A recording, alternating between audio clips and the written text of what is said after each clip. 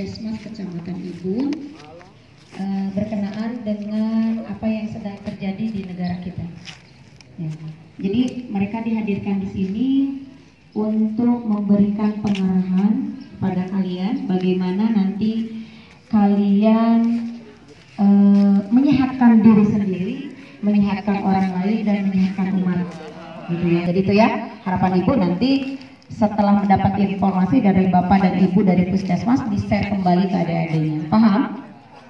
Baik, kita mulai. Assalamualaikum warahmatullahi wabarakatuh. Terima kasih kepada Ibu yang telah memberikan kami waktu dan kesempatan untuk bisa memberikan pengarahan terkait isu internasional ya, atau apa yang sekarang statusnya menjadi pandemi ya. Jadi istilahnya kasusnya terus meningkat dan dalam waktu yang sangat cepat ya. Kemarin WHO sudah memberikan pengumuman bahwa ini merupakan pandemi ya. Nah, seperti itu.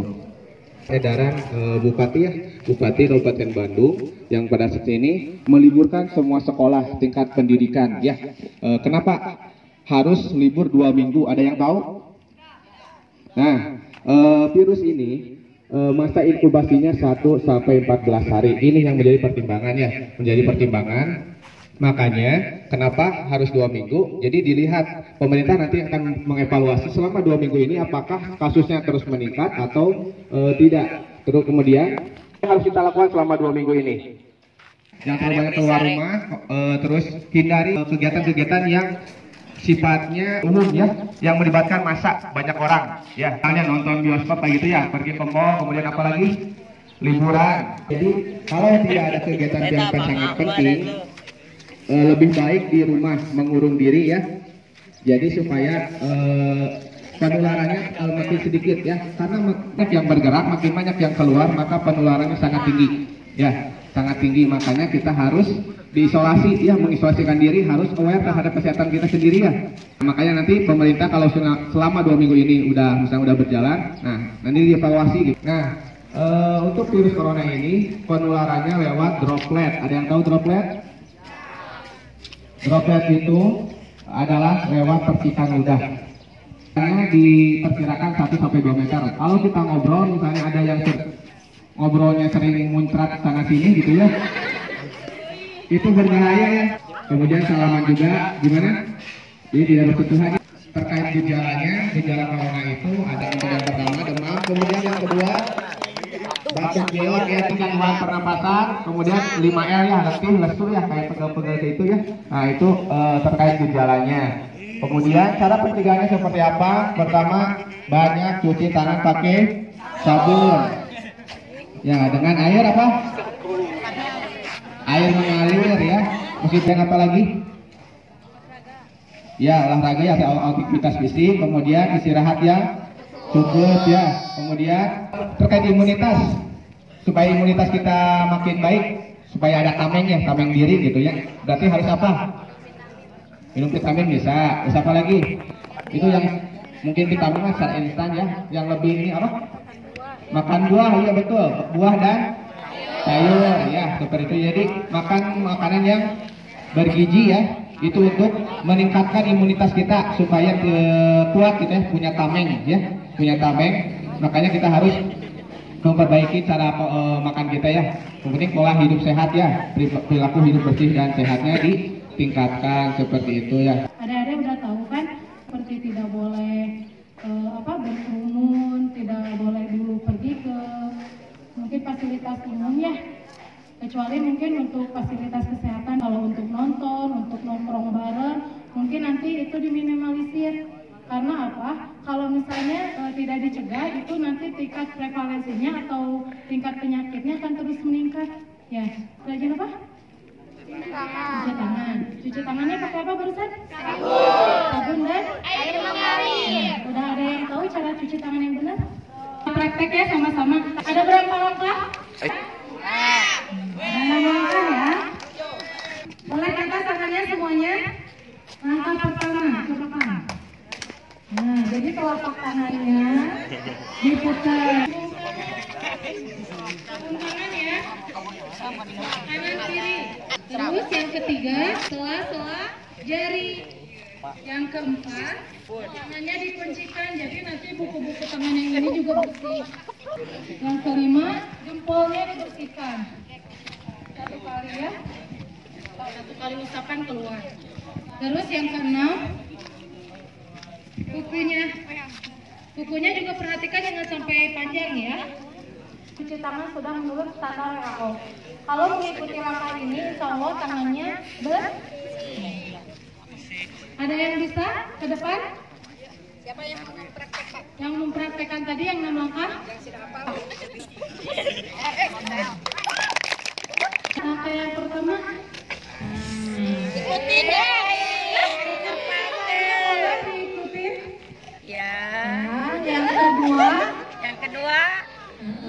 Punggung tangan ya. Yang ketiga, sela-sela jari. Yang keempat, dikuncikan ya. Yang kelima, nah jempol tangannya ya dibersihkan. Yang keenam, kukunya ya. Kenapa harus ada gerakan kuku? Karena kalau misalnya cuci tangan biasanya kita melewatkan daerah kuku. Ya, terus kenapa khusus ada gerakan di jempol? Karena biasanya kalau cuci tangan gini-gini aja, yang kena hanya 4. Ya, dan yang paling banyak memegang kadang kalau gagang kunci pun kan jempol. Ya. Nah, terus tadi salam diminimalisir dulu ya Bu ya, dihimbau tidak melakukan. Jadi salamnya salam Sunda aja ya, salam salam Sunda ya. Nah, satu lagi, kalau ada yang lagi batuk atau pilek harus gimana? Benar, berobat ya benar. Langsung pakai? Terus kalau misalnya maskernya belum punya nih, kalau misalnya ada yang batuk, orang yang batuknya harus gimana? Tutupnya di mana? Yang benar memakai sikut ya. Jadi nggak boleh pakai tangan.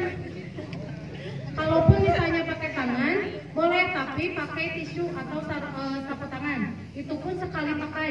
Ya, jadi nanti menutup batuknya pakai sikut. Kalau misalnya kita batuk atau pilek, jadi nanti tidak keluar. Begitupun yang batuk atau pilek dari luar. Ya. Nah, bagian yang berwarna ini di luar. Nah, di atas ini ada kawatnya. Ini bisa dipakai dan ditekan ke hidung kayak gini. Nah, jadi membentuk hidung ya. Jadi membentuk ke hidung. Jadi nempel ke hidung semuanya sampai rata. Ininya sampai bawah sini. Ya, ini ke telinga. Ini untuk cara pakainya. Nah, untuk cara membukanya, adik-adik jangan pegang area ini. Cara membukanya dari belakang, jadi karetnya yang ditarik. Nah, sampai kebuka. Dan jangan sembarangan. Kalau misalnya ada yang mau buang, ini kan bekas ya. Nah, yang bekas kitanya ini harus dilipat dan langsung dibuka. Jadi jangan geletak aja di mana aja. Sekarang dihimbau buat talinya ini diputuskan. Jadi harus disobek-sobek apa namanya talinya, dihancurkan ya kalau bisa. Habis penggunaan atau membuka masker, cuci tangan. Satu lagi, jangan banyak menyentuh apa? Jangan banyak menyentuh area wajah. Ya? Kalau mau menyentuh usahakan cuci tangan dulu. Karena kadang kita kalau misalnya habis megang apa kan nggak tahu ya. Orang yang batuk kena baju terus kita gatal di wajah gitu-gitu. Ya, itu lebih cepat menularnya. Karena penularannya itu tadi udah disebutin droplet atau lewat udara dan percikan. Ludah. Ya. Ada yang ditanyakan? Jelas? Jelas? Tambahannya ini tadi ya terkait lockdown itu ya. Jadi untuk memutus rantai penularannya. Jadi libur ini akan percuma jika kalian nanti keluar rumah ya. Betul ya?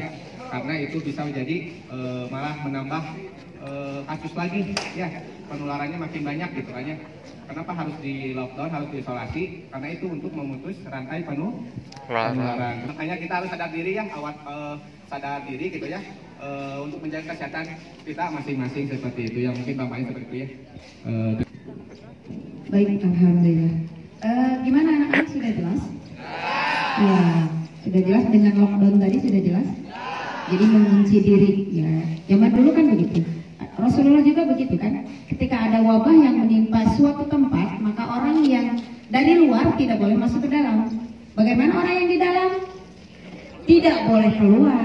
Jadi ketika kita bisa memilih tempat mana yang lebih aman, ya kita pilih tempat yang lebih aman. Tapi ketika kita berada di posisi atau di tempat yang memang di situ terjadi, maka kita tidak bisa lari. Assalamualaikum warahmatullahi wabarakatuh.